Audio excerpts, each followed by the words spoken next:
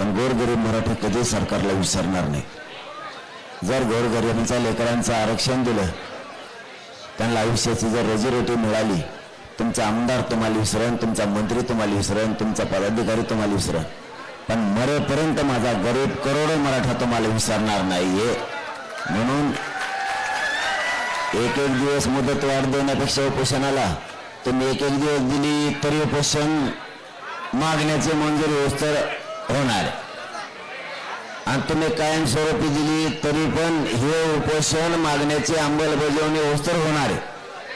तर मग नाटकं कप खेळायची, आजची द्यायची, उद्याची द्यायची, उद्याची द्यायची. सिद्ध झालं सरकारच्या हातात हे परवानगी देणं. तसं दुसरं सुद्धा खरं आहे, सरकारच्याच हातात हे आंदोलन मोडायचं का परवानगी द्यायची हे पण सरकारच्याच हातात, का मला गोळ्या घालून मारायचं हे पण सरकारच्याच हातात, पोरं रस्त्याने अडवायचे हे पण सरकारच्याच हातात, का सोडायचं. तुम्ही जर त्यांना त्रास नाही दिला तर पोरं पण काही नाही करी. मुंबईतली परिस्थिती अशी आहे, जणू जसं पोलीस बांधावाडाव घेतो तसं आमच्याही माहीत आहे.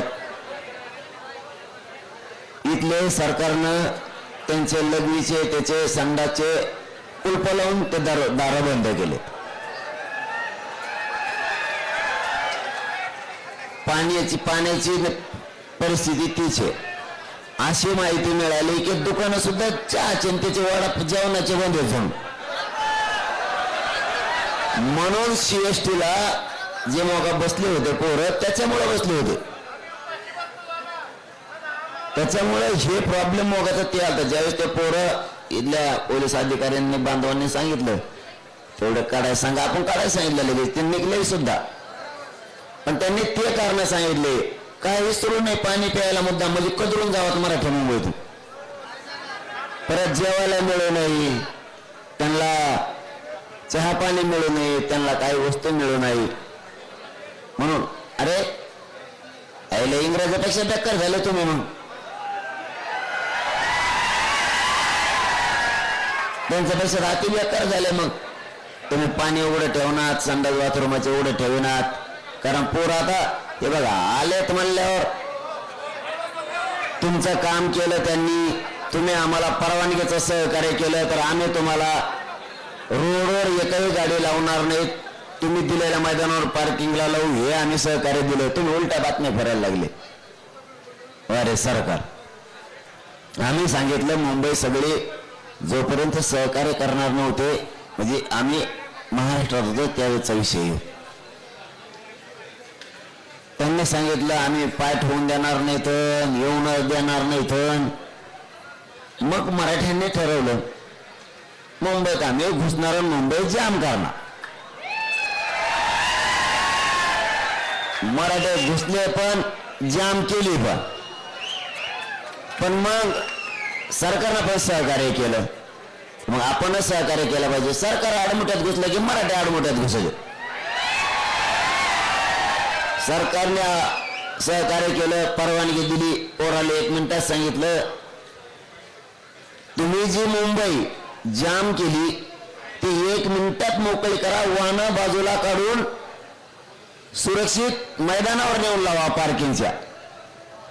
पोरांनी ते पण केलं. 2-4 घंट्याने, 2 घंट्यात नाही पण 2-4 घंट्याने साहेबांनी येऊन सांगितलं हो तुम्ही सांगितलं इथले जे आम्ही सांगितले होते ते सगळे पोरांनी वाहनं काढले. काय सहकार्य पाहिजे तुम्हाला आणखी? आणि तुम्ही पाण्याचं बंद करणार, कशाचं बंद करा? मागच्या गप बसा रे, मागच्या गप बसा राहू ग गप. कमी ओरडत रे, तुम्हाला कळतं का काही? काय कळतं?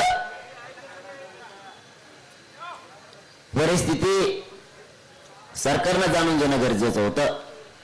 तर गरीब इतक्या लांबून आलेत, गरीबाचे लेकर काय त्रास द्यायचा राव त्यांना? एक एक एक एक दिवसाची रडक्यासारखी परवानगी द्यायची. पोराला पाणी नाही मिळाल्यावर मग ते पोटे असे इथं त्यांची तरी काय चूक आहे? तुमच्या गावाला आलो पाहुणे म्हणून असली वागणूक देतात का? तुमच्या आमच्या तिकडे येतात तुम्ही सभा घ्यायला तालुक्यात जिल्ह्यात, अशीच वागणूक देतो का आम्ही? जरी कार्यकर्ता तुमच्या पक्षाचा असला तरी आमच्या मराठ्याचा आहे. तुमचा शिवसेनेचा असला तरी मराठ्याचा आहे, राष्ट्रवादीचा असला तरी मराठ्याचा आहे, काँग्रेसचा असला तरी मराठ्याचा आणि बेसरामाचा असला तरी मराठ्याचाच आहे. आमचे लोक असले वागणूक देते का तुम्हाला तिकडे आल्यावर? तुम्ही आम्हाला मुंबईत अशी वागणूक जर दिली ना मुख्यमंत्री साहेब, इथून गेल्यावर मराठ्याच्या पोराच्या डोक्यात हे राहणार आहे, मुंबईत गेल्यावर हाल केलते. तुमच्या सुद्धा तुमच्या नेत्याच्या मनात, तुमच्या कार्यकर्त्याच्या मनात सभा होत्या असंच होणार आहे. मग तिकडे बी तुमच्या तिकडे आलं मग तुम्ही त्रास देणार, तर लोक आमच्या तिकडे आल्यावर तुम्हाला त्रास देणार, बदला होणार. कशाला आपल्याला पडत पडायचं?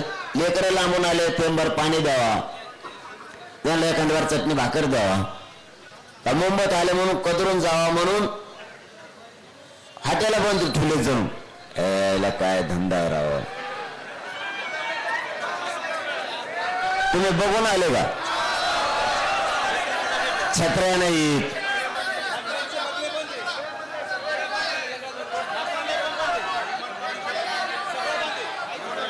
म्हणजे याचं कारण असं आहे, हे बघा, जैन मताला तुम्हाला किंमत द्यावा लागेल.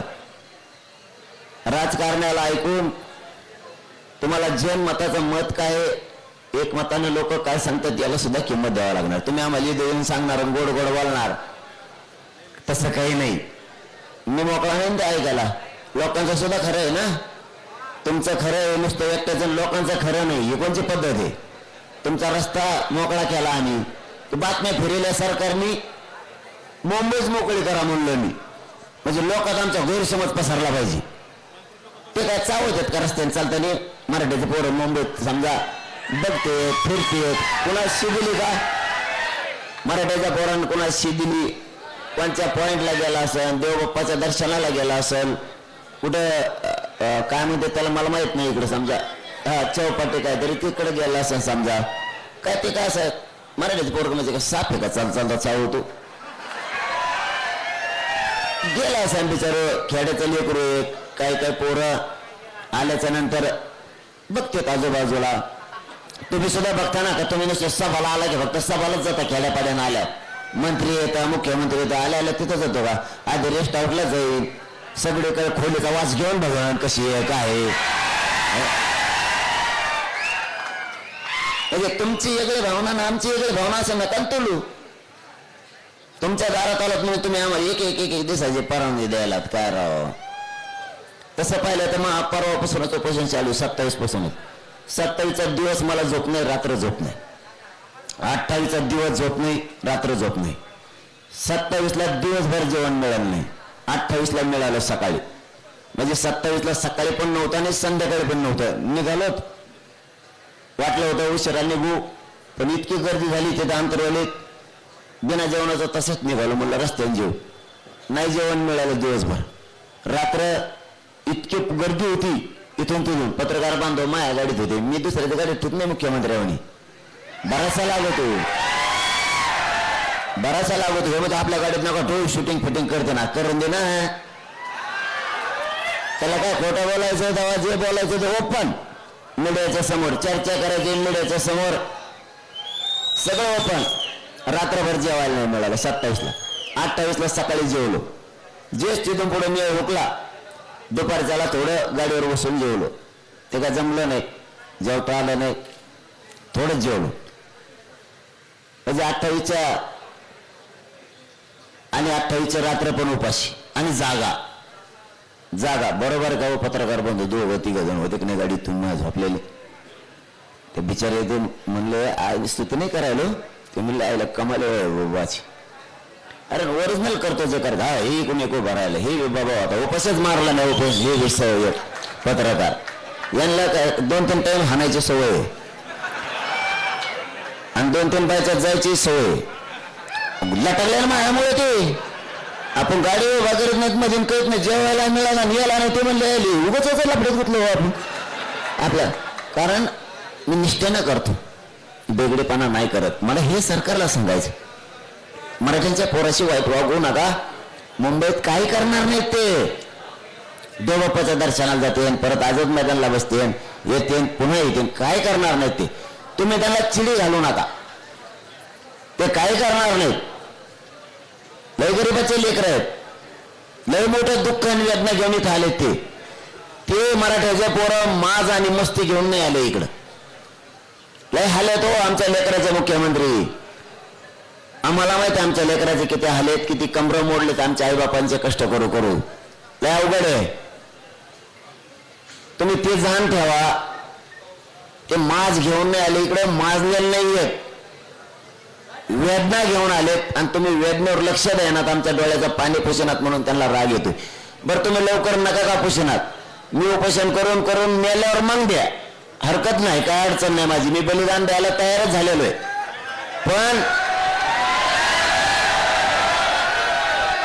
पण तुम्ही त्यांना इथं दुकानं बंद करायला लावू नका. नसता तुमच्या बी महाराष्ट्रात सभा असल्या की पुढे तसंच होणार आहे. मग अहो खरं सांगतो, आपण काढला पण ठेवत नसतो. आमचे पोरं आले म्हणून तुम्ही टपऱ्या बंद करणार, हॉटेल बंद करणार, सगळं पाण्याचं बंद करणार. आम्ही पण तुमच्या तिकडे सभा असल्या की तुमच्या जी दैती दल्ली ते पाईपलाईन आमच्या गावातून गेले असले तर आम्ही तिचं पाणी त्या दिवशी पुरतं बंद करणार. तुमच्या रेस्ट हाऊसलाच गेलं असलं पाणी तर आम्ही ते बंद करणार, आमच्या रानातून गेलेलं असलं तर. कारण तुम्ही आम्हाला मुंबईत पिऊन दिलं नाही आणि आपण बोलतो ते करतो. तुमच्या आमदार मंत्र्याच्या जर आमच्या तिथून पाईपलाईन गेले असल्या तर आम्ही त्या बंद करणार. कारण तुम्ही आमचे लेकरं उपाशी मारायला लागले तर जसं तसं होणार. तुम्ही नाही सापडत आम्हाला, तुम्ही नाही सापडत आम्हाला तर तुमचे लोक सापडतील. कारण तुम्ही माझ्या सगळ्या सोयऱ्याला त्रास द्यायलात ना. इथं आलेला मराठा सगळा आमचा पाहुणा आहे, सगळं आमचे सगळे सोयरे आहेत. तुमचे सगळे सोयरे असतील ना महाराष्ट्रात, त्यांचेही झाडबड होणार. मग हो जसाला तसं होणार, देण्यात ठेवा मुख्यमंत्री, जसाला तसं होणार. मग गरीबाचे लोक राहिले तर तुम्ही त्रास देताय. आणखी ना बदला बुद्धी, हे माझं म्हणणं आहे. आणखी ना तुमच्या बुद्धीत बदल करा, आम्हाला काय नको. आणि मराठ्यांच्या पोराला सांगतो रे बाबा, कुठे जरी इकडे तिकडे गेले तरी शांतता हे शब्द आणि संयम ध्यानात ठेवा सगळेजण. कोणीही वाईट पाऊल उचलायचं नाही. आपण आपल्या गाड्या दिलेल्या मैदानावर सुरक्षित नेऊन लावा. इथं जर नाही खायला मिळालं तर तुम्हाला रेल्वेनं तुमच्या गाडीपर्यंत जाता येईल, जेवण करता येईल, पुन्हा रेल्वेनं तुम्हाला माघारी पण येता येईल. किंवा इथे जर पाऊस असला तुम्हाला तुमच्या गाडीत तिथंच झोपता येईल. म्हणून अगोदर गाड्या ठरवून दिलेल्या मैदानावर सुरक्षित नेऊन लावा. हे कोणी शब्द विसरू नका. परत गोंधळ होतो, गाडी सापडणार आणि गाडी कुठे. त्याच्यापेक्षा मैदानावरती सरकारची जबाबदारी, तिथं ते संरक्षण होतील. तुम्ही एकदा तिथं गाडी लावली की तुम्ही टेन्शन मुक्त झाले. मग तुम्हाला मैदानावर येता येईल, आझाद मैदानाला पुन्हा तिकडे जाता येईल, ध्यानात ठेवा. आणि आणखीन एक सांगतो, तिकडे चेंबूरला कोणी रस्ता काय जर थांबून ठेवलेला असला किंवा गाड्या लावल्या जर असल्या तर त्या बांधवांना सांगतो, तर चेंबूर आणि त्या पट्ट्यातल्या गाड्या काढा, तिकडून असे निरोप देत. तिथून मागचा सगळा भाग गाड्याने, आपल्या वाहनाने, ट्रकानेच पॅक झाला. कारण काल 28ला निघलेले लोक ते आणि 29ला दिवसभर निघलेले लोक महाराष्ट्रातून आपले, ते सगळेच जाम, आपल्याच लोकांमुळे आपलेच लोक जाम झाले. त्यामुळे गाड्या जर कोणी मत असलं चेंबूरच्या मैदानावर लावा तर चेंबूरच्या मैदानावर लावा, वाशीच्या मैदानावर लावा, मत असलं तर वाशीच्या मैदानावर लावा. ते जर इथं कुठं मुंबईत असले मैदानात तिथं लावा म्हणलं तिथं लावा. मला वाटतं सरकारच्या वतीनं एक पार्किंगची जागा घोषित केली पाहिजे. कोणचे मैदान आहेत काय मग त्या पोराच्या ध्यानात येईल. तुम्ही तोंडी सांगा, पोराला मिळ लागा ना कुठे. तुम्ही पार्किंगचा एक पोलीस बांधवांनी आणि सरकारने तुमच्या पार्किंगचा एक मॅप टाका. ये मैदान या ठिकाणी आहेत, या विभागात आहेत, या वस्तूपासून इतक्या अंतरावर आहेत, रेल्वेस पासून इतक्या अंतरावर आहेत, किंवा अनेक कुठं असेल एखाद्या मार्केटचं मोठं नाव तिथून इतक्या अंतरावर आहे. तुम्ही एक मॅप टाका, म्हणजे पोराला मिळ लागेल, गाडी आपण लावायची कुठं नेऊ. ते नुसतंच मैदानं तुम्ही सांगितले आणि भरलेले मैदानं त्याच्यात टाकू नका. जे मैदानं तुम्ही देणार आहेत, कारण आणखीन मंगळवार बुधवारच्या नंतर खूप लोक निघणार आहेत. सरकारने नाही ऐकलं तर तुम्ही नुसतं मुदत वाढ देऊन उपयोग नाही एक दिवसाची. तुम्ही जर मागण्याच्या अंमलबजावणीला वेळ लावत गेले तसे तसे मराठी मुंबईकडे येणार आहेत. म्हणजे मी तुम्हाला खोटं सांगत नाही, आतापर्यंत सरकारला कधी खोटं सांगितलं नाही. आणि माझा स्वभाव सगळ्याला माहिती, मी खोटं शक्यतो सांगत नाही.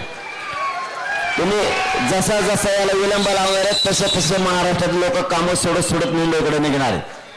तुम्हाला आता एवढे हे आणखीन पहिला टप्पा पण नाही, असे 7-8 टप्पे याच आंदोलनाचे.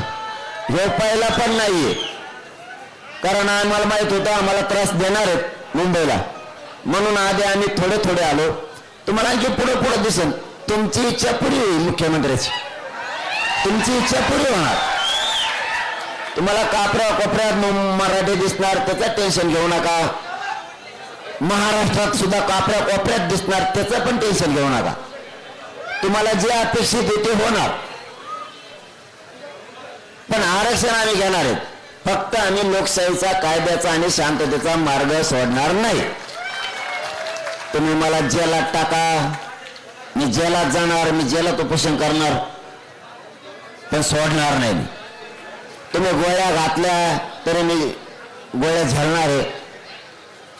तुमची जी तयारी असेल त्याला सामोरं जायची माझी तयारी. पण मी सगळ्या मागण्याची अंमलबजावणी घेतल्याशिवाय हटत नाही. आणि मागण्या तुम्हाला माहिती आहे म्हणून मागण्या सांगत नाही. फक्त शेवटचं एक सांगतो, चेंबूरकडे तिकडे ज्या बांधवांनी रोडवरती आहेत त्यांनी पार्किंगला गाड्या लावा आणि शांततेत आझाद मैदानला या. पुन्हा आपले पोरं जे जेवले नसते, ज्याला जेवायला मिळालं नाही ते पोरं आपल्या गाड्याकडे जा, तिथं स्वयंपाक करा, जेवण करा. एका दिवस आपल्याला जेवायला सुद्धा मुंबईतल्या जे मराठा बांधव आहेत त्यांना सरकार आणू देत नसेल, त्यांच्यावर दबाव असेल, म्हणून जर इथल्या बांधवांनी आपल्याला आणून नाही दिलं जेवायला मराठ्याच्या, पूर्ण मुंबई म्हणतो महानगरातले, नाराज होण्यापेक्षा आपल्या गाड्याकडे जा, आपल्या 2 टायमाला जेवायला करी जा, आपलं खा आणि गाडीतच झोपा, सकाळी पुन्हा ये जा करता येईल. फक्त टेन्शन नाही घ्यायचं, दम्मा आणि संयमाने सगळ्या गोष्टी हाताळा आणि चेंबूरचा तो मार्ग सगळे पार्किंग लावून टाका. शांत बसा, प्रेस सुरू आहे. अरे प्रेस चालू, शांत बसा ना, प्रेस चालू, शांत बसा.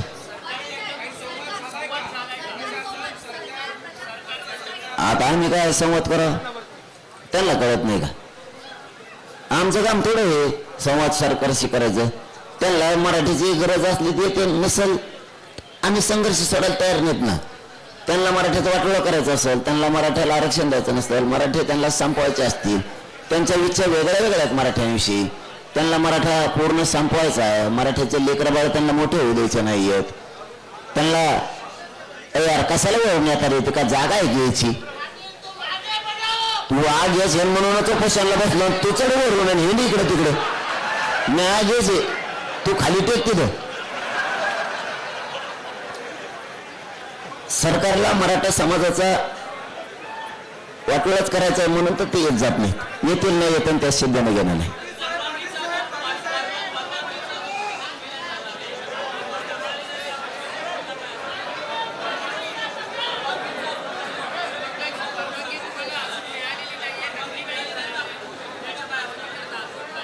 तुम्हीच म्हणले परवानगी मिळाली, आम्हाला परवानगी देणारच नाही. 1 दिवसाची सरकार देऊ शकतं म्हणलं, कायमस्वरूपीची देऊ शकतं ना. साधा आणि सोपा प्रश्न. 1 दिवसाची देऊ शकतं म्हणलं, कायमस्वरूपीची देऊ शकतं. मागण्याचं अंमलबजावणी तर नसतं, त्याला काही गोळ घडून आणायचं असं दुसरं काय. आमचं तर शांतते, तुला काय घडून आणायचं दान म्हणा, चलू दे.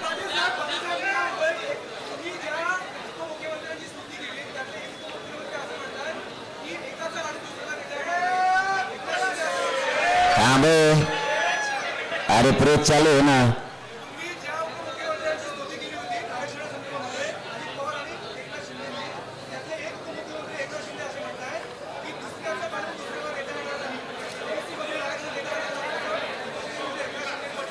फडणवीस साहेबांनी मना लावलास, फडणवीस साहेबांनी मना लावलास असं म्हणतो आता. कारण आम्ही ओबीसीचं मागतच नाहीत ना, एकाचं काढून दुसऱ्याला द्यायला. यांनी काय केलंय, सरकार असून त्यांच्या पाठीमागा मायबाप शब्द लागलेला. मायबाप सरकार लय चुकीचा शब्द लागला. त्यांनी गैरसमज नाही पसरायला पाहिजे, वस्तुस्थिती समजून जनतेला सांगितले पाहिजे. मराठ्यांच्या नोंदी ह्या 150-200 वर्षापूर्वीच्या, आणि एकाचं काढून एकाला द्यायचं ही जी भूमिका आहे भांडण लावायची भूमिका आहे सरकारची. ही कोणाची असली पाहिजे? विरोधी पक्षाची किंवा एखाद्या जातीची.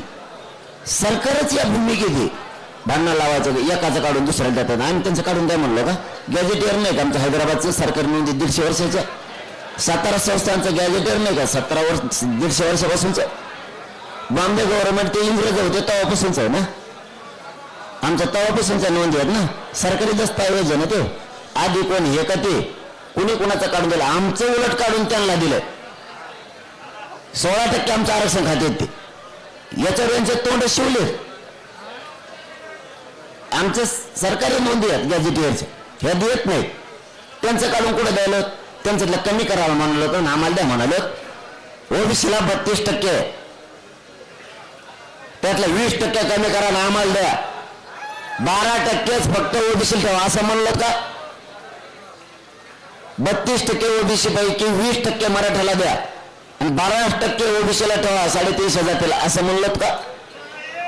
आमच्या नोंदी आहेत त्या 32%, 27% आणि त्याच्यातल्या 19% आमच्या नोंदी आहेत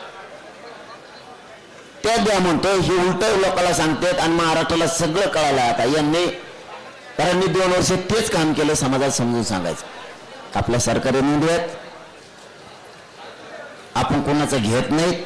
आणि हे ओबीसीला गरीबाला कळालं, लेके सोडून 2-4 जण सोडून गरीब ओबीसीला सुद्धा कळालं आपलं जे आरक्षण आहे 89-90चं 1990चं यांच्या नोंदी 100-150 वर्षापूर्वीच्या, यांना आरक्षण दिलं पाहिजे.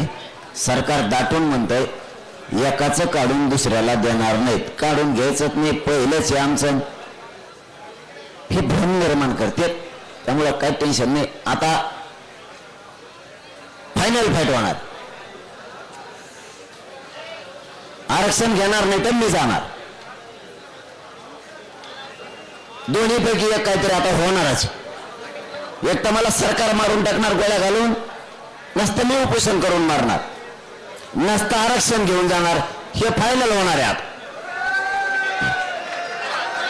मग आता देवेंद्र फडणवीसांनी ठरायचं याच्या आडमुठेपणाच्या वागण्यामुळं, याची सत्ता मराठ्यांनीच देऊन मराठ्याच्या विरोधाच्या भूमिकेमुळं मोदी साहेबाला आणि अमित शहा साहेबाला डाग लावायचा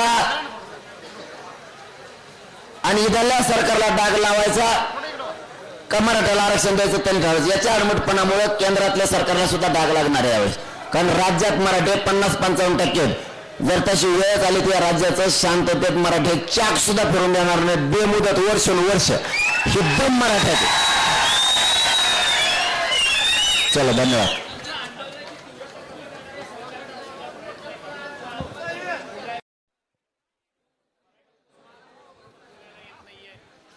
आंदोलनाची तीव्रता ते कमी करू शकत नाहीत. त्यांनी कितीही प्रयत्न केले तरी मराठ्याला माहिती आहे मी त्यांच्यासाठी झटतोय, त्यांच्या पोराबाळासाठी झटतोय. त्यामुळं सरकारवर अवलंबून नाहीत आम्ही. सरकारने काही शब्द फेकले, मराठ्यांना विश्वास ठेवत, मराठा विश्वास ठेवत नाही त्यांच्यावरती. त्यांनी किती शब्दाचा फेका करू द्या, किती मारा करू द्या, किती शब्दाचा प्रयोग वापरू द्या, किती बी काय त्यांना डोक्यावर लावायचं तर लावू द्या, मराठे ऐकण्याच्या मनस्थितीत नाही येत. कारण 45 वर्ष झालं मराठ्याला फसवलंय. त्यामुळे टेन्शन नाही. ए पोराव प्रेस चालू आहे, शांत राहा थोडं.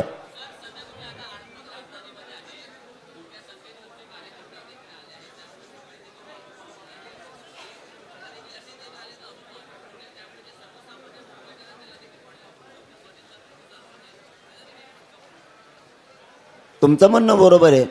सकाळी ट्रॅफिक जाम झाली तर आम्हीच काढली.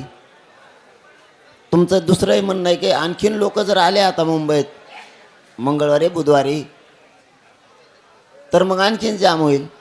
आणि तुमचं तिसरं म्हणणं आहे की आर्थिक राजधानीनं असं ठरवलं का मराठ्याचं गरिबाच्या पोराचं वाटोळा करायचं? तिला वाटत नाही का ती आर्थिक मजबूत झाली मग गरिबाचे आर्थिक मजबूत व्हावात खेड्यापाड्यातले? असं वाटत नाही का? आमचा हक्क नाही का मुंबईवरती? सरकारला असं वाटतं का आर्थिक राजधानीतून गोरगरिबांचे लेकरं सुद्धा सुखा समाधानानं जगावं? आम्ही पैसे मागायला आलो का? पद आमचं आरक्षण आमचा हक्क आम्ही मागायला आलो ते द्यायचं नाही. ते झालं आता, भाषणबाजी खूप झाली. ते आता नाही. आता फुलान फाईट, शेवटची फाईट आहे.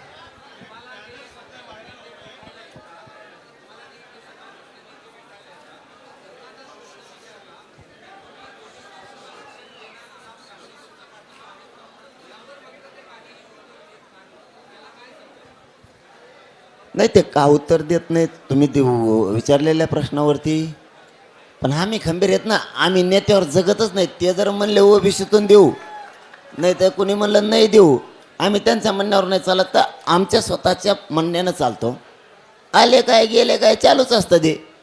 कोण आमदार भेटायला आला, कोणी मंत्री भेटायला आला, कोणी खासदार आला, त्यांचं काम आहे येणं, आमचं बी काम आहे सन्मान करणं. आम्ही मागं हटत नाहीत, ही आमच्या सगळ्यात मोठा समाजाचा प्लस पॉईंट आहे.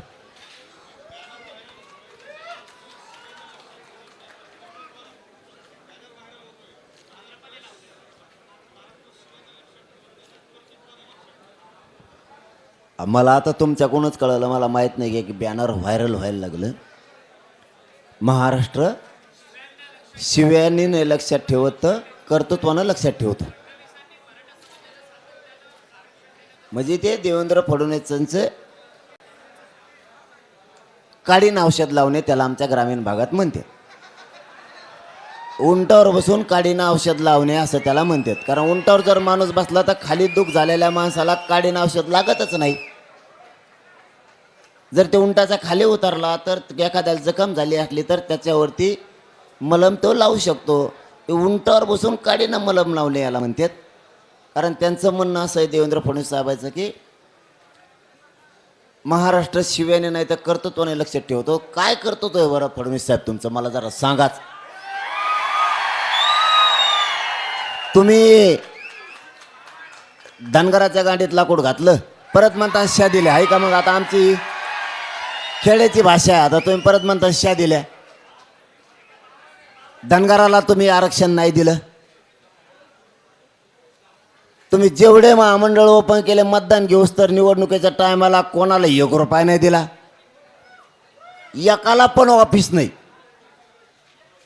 एकाला पण त्याच्यावरती भरती केलेली नाही. बरं का फडणवीस साहेब, ऐका आता प्रेसच्या माध्यमातून, तुमच्या दारात आहे मी आता, काय लांब नाही तुम्ही, हे काय इथून लाईट दिसतो तुमचा दाबा देऊ.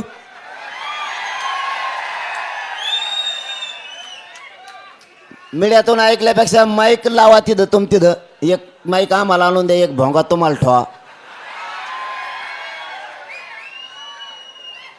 आणि तुमचं कर्तृत्व काय सांगा. तुमचं कर्तृत्व ते धनगराचं तुम्ही वाटोळ केलं ते कर्तृत्व आहे. काही समाजाला या राज्यात वेगळं आरक्षण आहे.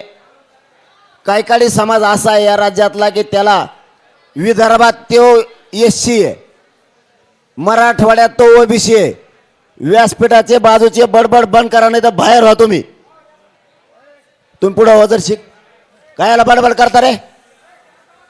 इकडचे बडबड बंद करण्यात व्हा बाहेर तिकडं. देवेंद्र फडणवीस साहेबांचं कर्तृत्व आहे. इथं काही समाज मराठवाड्यात OBC ते, विदर्भात SC ते, खानदेशात ST ते. एका राज्यात एकच जात 3 उपप्रवर्गात असती का? हे फडणवीस साहेब तुमचं कर्तृत्व. मराठवाड्यातली कायकाळीची पोरगी जर खानदेशात दिली तर ती ST होती.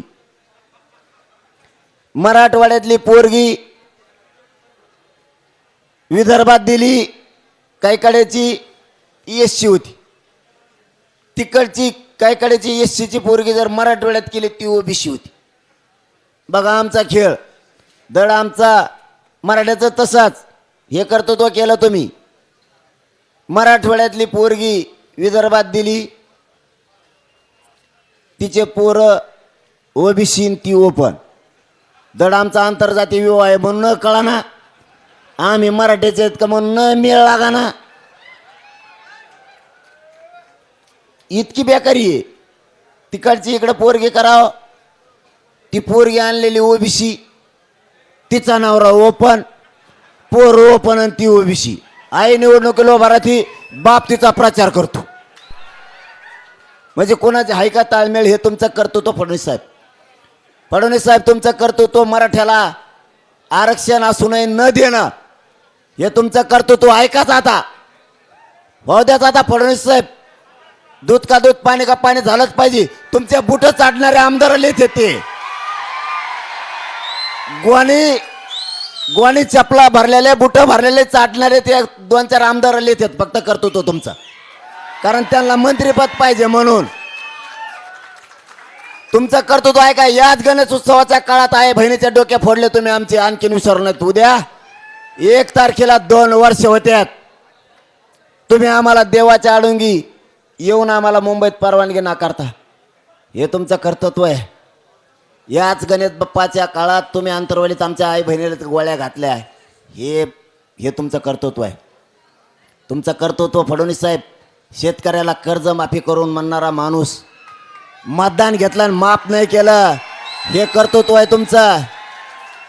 गळ्यात इना घेतला पाशा पटेलांनी आणि तुम्ही, आणि गोदा परिक्रमा काढली होती तुम्ही जुनी.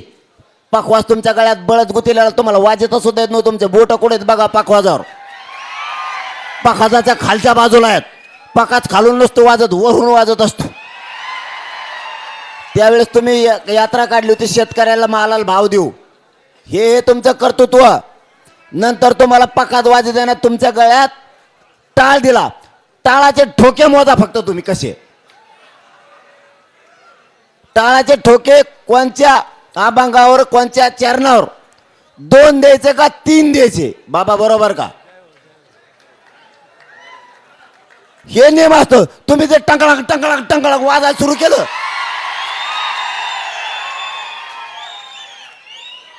हे कर्तृत्व ना, हे कर्तृत्व आहे तुमचे. शेतकऱ्याचं काय केलं तुम्ही लक्षात ठेवा. तुम्ही लाडक्या बहिणीचा पगार बंद केला, हे तुमचं कर्तृत्व आहे. तुम्ही दलित मुस्लिम मराठ्यात वाद लावले, हे तुमचे कर्तृत्व आहेत. तुमचे कर्तृत्व सोपे नाहीत. सांगावं किती मला रात जाईल. कारण मी तेवढा निबार आहे तुमच्या तोडीस तोड. आणि शिव्यानं सांगतो तुम्हाला, तुम्ही जर आमच्या आई बहिणीला हाणलं नसतं तर आम्ही तुम्हाला बोललो नसतो.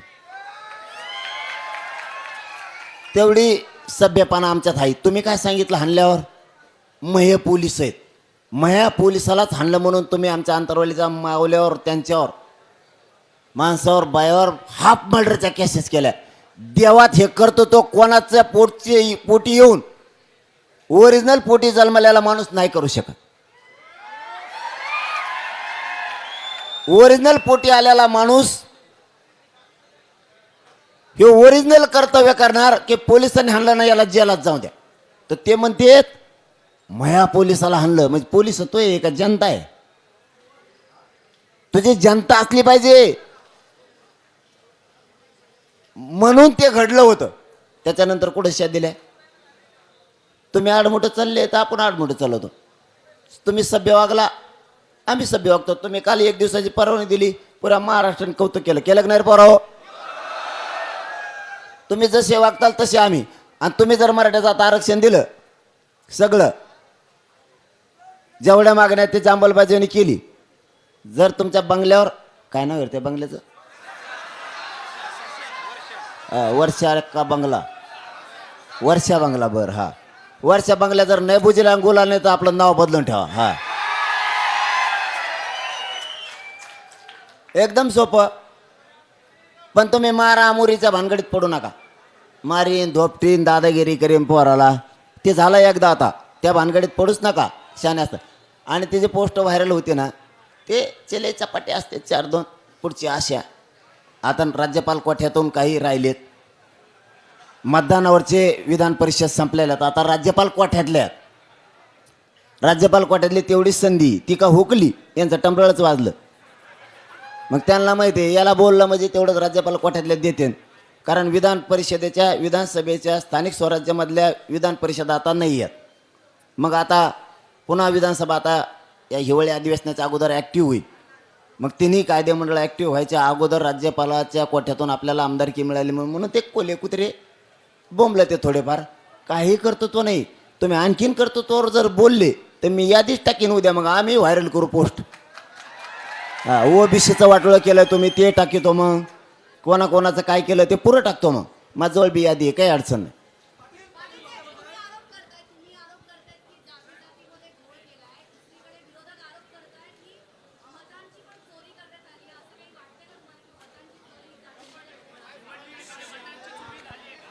नाही हे बघा, मला लाखो लोक आले इकडं, ए शांत बसा, लाखो लोक इकडं आले म्हणून माझ्यात मस्तीत बोलणार नाही, सरकारला बोलायचं म्हणून. मी खरंच वेगळं रसायन आहे म्हणून देवेंद्र फडणवीस कधी कधी म्हणत असतात वेगळं रसायन आहे. मला जे बोलायचं ते मी खरं बोलतो. माझ्याकडून कोणी पॉझिटिव्ह व्हावं म्हणून मी बोलत नाही. असं मला वाटतं तुमच्या प्रश्नावरती ते मताची चोरी झाली का नाही, मला काय, मी तज्ज्ञ नाही त्यातला. हा ना, मग सांगतो ना तुम्हाला. मायला मग आम्ही एक विचार केला, लोकसभेला कम नाही पडले, लोकसभेला तर एकानाकान निवडून आले.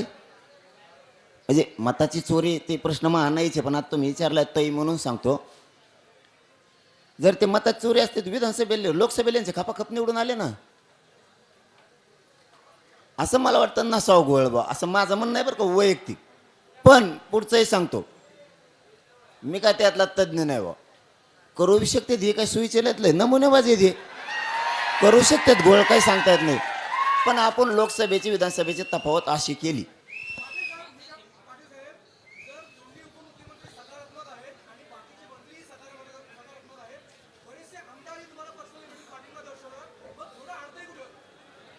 इगो, ते मुख्यमंत्र्यांचा इगो, मराठ्यांचा द्वेष, आकाश मराठ्यांविषयीचा सोडावं असं म्हणणं आहे. म्हणून मी कालच पत्रकार बांधवाजवळ निरोप पाठवला जाहीर मीडियातून. योग्य वेळे योग्य संधी आहे. गोरगरीब मराठ्यांचे करोडोंचे मन जिंकणं. तुम्ही एखाद्या आमदाराला मंत्रिपद नाही दिलं तो तुमच्या रुसल, एखाद्याला पद नाही दिलं तो तुमच्या रुसल. पण गोरगरीब त्यांच्यावर जर उपकार केले तर मरेपर्यंत विसरत नसते. योग्य ट्रॅक आहे आता, अशी संधी आली, योग्य निर्णय घ्या. आरक्षण देऊन एक करोडो मराठे तुमच्या पाठीशी राहतील. पण ते कळतच नाही आहे, द्वेषच भरलं बस, बाकी काय. चला धन्यवाद. आता तोंड कोरडं पडलंय, उद्या उद्या बोल, ते लय अवघड आहे.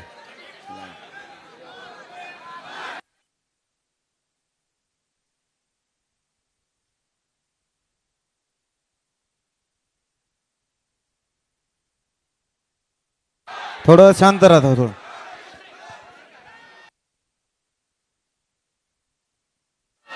हॅलो, पुन्हा एकदा ऐका पोराहो, आणि मीडियाच्या बांधवाच्या माध्यमातून पण एक विशेष माहिती सांगायची. सरकारने आणि पोलीस बांधवांनी एक काम करा, आधी सारखे निरोप पाठवू नका. इकडं गाड्या आड्या लावल्या आणि तिकडं आड्या लावल्या आणि त्या रोडवर थांबल्यात. तुम्ही ना अगोदर पार्किंग लवकर घोषित करा, म्हणजे महाराष्ट्रातल्या लोकांना तो संदेश जाईल, या या विभागात विरारला या ठिकाणी पार्किंग समजावा, किंवा वाशीला या ठिकाणी, चेंबूरला या ठिकाणी, सायनला अमुक अमुक ठिकाणी, दादरला या ठिकाणी, मंत्रालयाच्या आसपास, आझाद मैदानाच्या आसपास अमुक अमुक ठिकाणी. तुम्ही अशा पहिल्या पार्किंग लवकर घोषित करा. तुम्ही काय करता, 15 मिनिटाला 10 मिनिटाला व्यासपीठावर येऊन सांगता मी करतो उपोषण. मी तुम्हाला खरं सांगतो, आज उद्यापासून मी बोलणार नाही. एक तर उपोषण करते नाही, बोलायचंच नसतं. पण मला लय कंडे आणि तुम्हाला लय कंडे, दोघाचं लपून ठेवत नाही मी. काय आहे तर मग ते बार बार मला विचारायला ते सरकार, मग मी सांगतो. त्याच्यामुळे मी आजचे दिवस सांगतो, तुम्ही पहिल्या पार्किंग लवकर तातडीने घोषित करा, मीडियाच्या समोर द्या सरकार म्हणून, म्हणजे पोरं तिथं गाड्या घेऊन जातील. आणि आता विरारच्या पोराला सांगतो, आता ते काय असन तिकडचा टप्पा येणार असन तो खानदेश विदर्भातला. आता कारण यांना काय आहे, हे मुख्यमंत्री असा माणूस आहे, त्यांचं 4-2 लोक आहेत, ते जसे कानात थुकत येईन तसंच बोलतात. आणि ते कानात थुकत आहेत म्हणून त्यांच्यापासून 7 करोड मराठा लांब चालला. त्यांनी मनाचं डिसिजन घ्यावा, आपण काय केलं पाहिजे. ते राहते गाफील, मराठवाड्याचं मागं नाही, आता मराठी संपले, याच्या मागं कोण नाही राहिलं. पश्चिम महाराष्ट्र याच्या मागं राहिलं नाही, याच्या मागं कोकण राहिला नाही, खानदेश विदर्भ राहिलं नाही, ते राहिलं गाफील. जेव्हा आता पोट्टे मराठीचे उसळले, आता डोकं खाजी देतात, आता काय करा, लय मुंबई लोक आले. पहिले सांगत होतो आणि मी गरिबाचं कल्याण केलंय, मी मला नाही सोडू शकत. ते विरारच्या बाजूला, विरारच्या त्या भागात, त्या शहरातल्या पोरांना जिथं त्यांनी रोडवर त्यांच्या गाड्या आहेत, त्यांनी तातडीनं संबंधित पोलीस बांधव आणि सरकार सांगन त्या पार्किंगवर नेऊन लावा आणि रेल्वेनं आझाद मैदानकडे या. ही सगळ्यांना माझ्याकडून विनंती आहे. पुन्हा एकदा सरकारला आणि पोलीस बांधवाला सांगतो, मला बार बार बोलता येणार नाहीये, मग आताच तोंड कोरडं पडलंय. म्हणून माझी विनंती आहे, तुम्ही घोषित करा, मराठ्यांचे पोरं गाड्या नेऊ लावतील. आणि नाहीच लावल्या तर मुंबईची जी टीम आहे ते तुमच्या मदतीला घ्या. कारण आमच्या इकडच्या लोकांना पण माहीत नाही आहे जास्त. त्याच्यामुळं आमच्या लोकांची उगत पळापळी करू नका, इकडं चल आणि तिकडं चल. त्यामुळं मुंबईची टीम सोबत घ्या आणि त्या पार्किंगला लोकांनी जा. आत्ताचा तातडीचा विषय की त्या विरारकडं खूप गाड्या आल्यात, त्याच्यामुळं तो रोड ब्लॉक झाला. आता तुम्ही जर पार्किंग नाही दिली तर ब्लॉक नाही होणार तर काय होणार. त्यामुळे तुम्ही पार्किंग लवकर घोषित करा. तुम्ही नुसतं म्हणता आम्ही 29 ठिकाणी म्हणजे 29 मैदानं पार्किंगला दिलेत. नुसतं 29 म्हणता, अरे 29 कुठं? बीडला दिलं का, अमरावतीत हे का, कुडशी घे असं, धाराशिवला आहे का, लातूरला आहे का, हिंगोलीत हे का, इकडं कुठं सांगली साताराला सोलापूरला दिले असं त्याच्यावर लिहावं तर लागेल ना. नुसते 29 दिले. आता 29 आम्हाला काय मिळायला लागायचे? एका गल्लीत हुकलं, दुसऱ्या दिवशी आम्ही दुसऱ्या गल्लीत निघतो. त्यामुळं आझाद मैदानच्या जवळचे आसपासचे सगळे मैदानं ओपन करा. शांततेत मराठे बसतील, काही ताण होणार नाही. सरकारला शब्द आहे. धन्यवाद.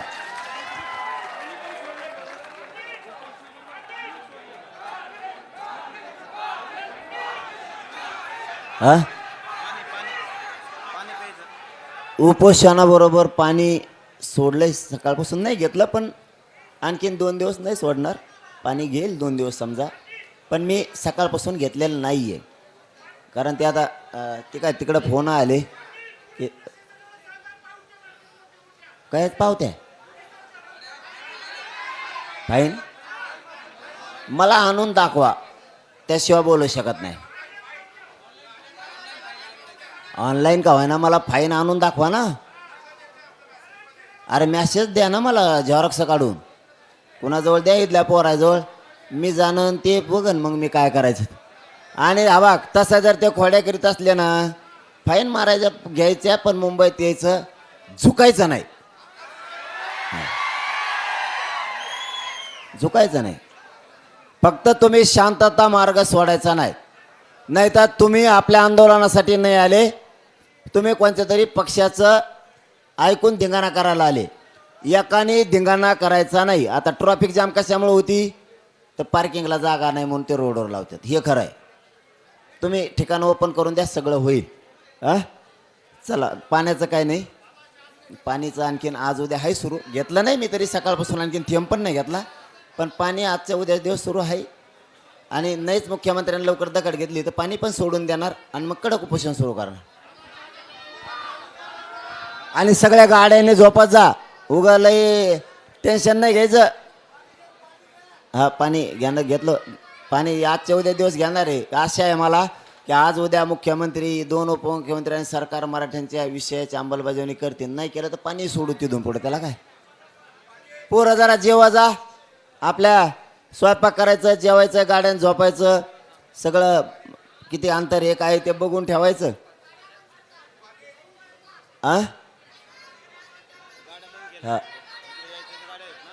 गाड्या याच्यासाठी बंद केल्यात, काही गोष्टी समजून घ्या. इथल्या पार्किंग काही फुल झाल्यात, तर मग आता तुम्हाला ज्या पार्किंग आहे तेच लावा लागेल ना. आपल्याही पोरांनी आडमटपणा करायचा नाही. मला ते नाही आवडणार. मग इथं जर एखादं मैदान मोकळं आहे आणि ते देत नाही तर मग बोलू. पण इथले मैदानं काही बरेच फुल झालेत. मग फुल झालेत ना, तर मग आपल्या लोकांनी बाहेर लावायचं. रेल्वेनेच इथं असं आहे, 10 ते 12 रुपयात तुमच्या पार्किंगपासून तुम्ही आझाद मैदानला येता. लय सोपं आहे. जाते ना 10-5 रुपये. आणि हे डी झोन आहे ना, डी झोन इथं मनाने आपल्या माणसाने थांबायचं नाही. मला गरमी झाली ना, मला त्रास होतोय. तुम्हाला मनाने सांगतो, परत सगळेच माझ्या जीवाचे आहेत, आतले पण आणि बाहेर चिखला तो बाहेर ते सुद्धा माझ्या जीवाचे आहेत. तुम्ही काय लय नवसाचे नाहीत आणि ते काय बिगर नवसाचे नाहीत. मला वागणूक देताना सगळ्याला सारखी द्यावं लागेल. व्यासपीठावर सुद्धा तसंच आहे. सगळे पायरीचे बिचारे खाली आहेत. मग मुंबईकर तेवढेच मला आणि महाराष्ट्रातून आलेले तेवढेच मला, ही भूमिका आहे. त्याच्यामुळं उगं मला तुम्ही परेशान करू नका. आत आले आणि बाहेर गेले आणि मागून पुऱ्याने बाहेर निघायचं, एकाने सुद्धा थांबायचं नाही. आता 1 7 8 10 जणच फक्त ते स्वयंसेवक म्हणून आहेत तेवढेच. स्वयंसेवकाचे खोटे बिल्ले गुतून मह्याजवळ येऊन बसू नका. माणसं लोटायचं काम, जेवलेत का हे बघायचं काम, कुणाला अडचण आली का ते स्वयंसेवकाचं काम, मया पुढे हिंडत येत ह्या इथं गळ्यात घालून. आणि त्यालाच लोक म्हणतात बाजूल व्हाय. काय काय स्वयंसेवक झाला तू. त्याच्यामुळं ना कामं करा, पुरे बाहेर व्हा, पुरे बाहेर व्हा. एक स्वतः थांबू ना. आरक्षण मिळूस तर फोटो काढू नका. आरक्षण मिळाल्यावर काढू. फोटोच्या नादात वाटोळं करायचं नाही समाजाचं. चला बोलायला लावू नका, मला त्रास होतोय. सकाळी घेतो मी, सकाळी प्लीज, सकाळी 100% घेतो. अरे बाबा मी बरीच हिंदी शिकलोय, काय टेन्शन घेऊ नको, सकाळी बेस्ट देतो. हां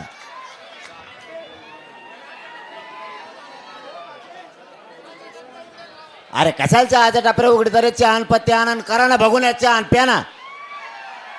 चहाच्या टापऱ्या उघडा ना, आमका उघडा, त्यांच्या पाया पडत असता काय. सगळ्यांनी सामान आणलं ना, आणि ज्याने आणलं नाही ते परत माघारी जा. नाही तर मग येताना गाड्या येणार आहेत आपल्या, 2 टप्प्यात गाड्या येणार आहेत. मला वाटतं पुढच्या मंगळवारी बुधवारी काही येणार आहेत. आणि आणखीन काहीतरी शनिवार रविवारी, म्हणजे पुढच्या बरं का, शनिवारी रविवारी राहिलेला पुरा टप्पा येणार. त्यांना माझ्या येताना चहा पाण्याचं तुमच्या गाडीत टाकून घेऊन ये.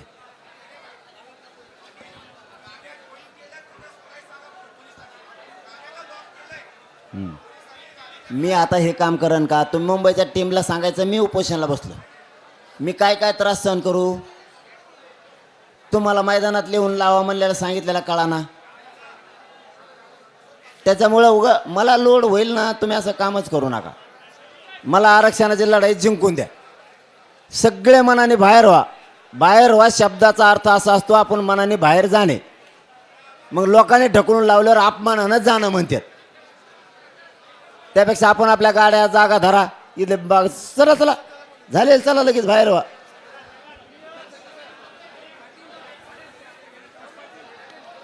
खाली व्हा सगळे पायऱ्यावर, आपले सुद्धा, आपले सुद्धा. काय उभा राहून अर्थ नाही. तसं काय मिळतं त्याने पायऱ्यावरून पोयऱ्यावर उभा राहून राहावं, काय इज्जत आहे त्याच्यात. मस्त कामं करायचे बाजूला. झोपा आपण आपल्या गाड्याने जाऊन. काय इथं चिखल असला तर, चिखल नसला तर इथं झोपा, आणि चिखल असला तर मग गाड्याने जाऊन झोपा. कशाला त्रास सहन करायचा.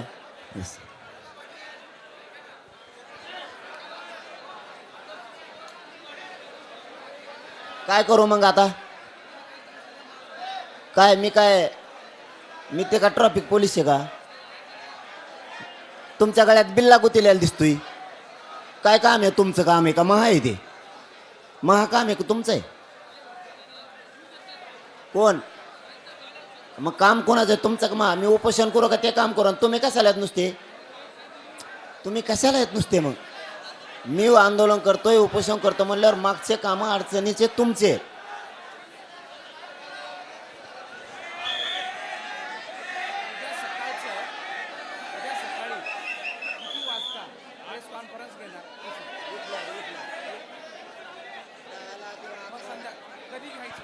दहाला किंवा 11ला उठल्यावर जसं उठन तसं. आता माझी तब्येत लय खराब झाली हो. मी आज 2 दिवस आधीच उपोषण सुरू झालंय मग आता. पण आता अधिकृत 29ला म्हणलो होतो मी, म्हणून अधिकृत 10 झाले. नाही तुम्हाला माहिती आहे मी उपाशीच आहे. 2 दिवस झाले.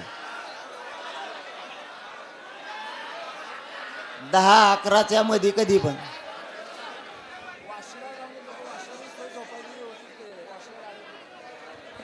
पोराव काही गाड्या वाशीच्या मार्केटला लावा. वाशीच्या मार्केटला काही जागा आहे वाटतं तिथं. काही मैदान असते ना अलीकड पलीकड तिथं लावा. सरकारने आणि पोलिसांनी अधिकवर त्यांना पार्किंगच्या जागा घोषित करावं लागते. आणि मैदानाच्या तवा जो प्रश्न सुटन तोवर सुटणार नाही.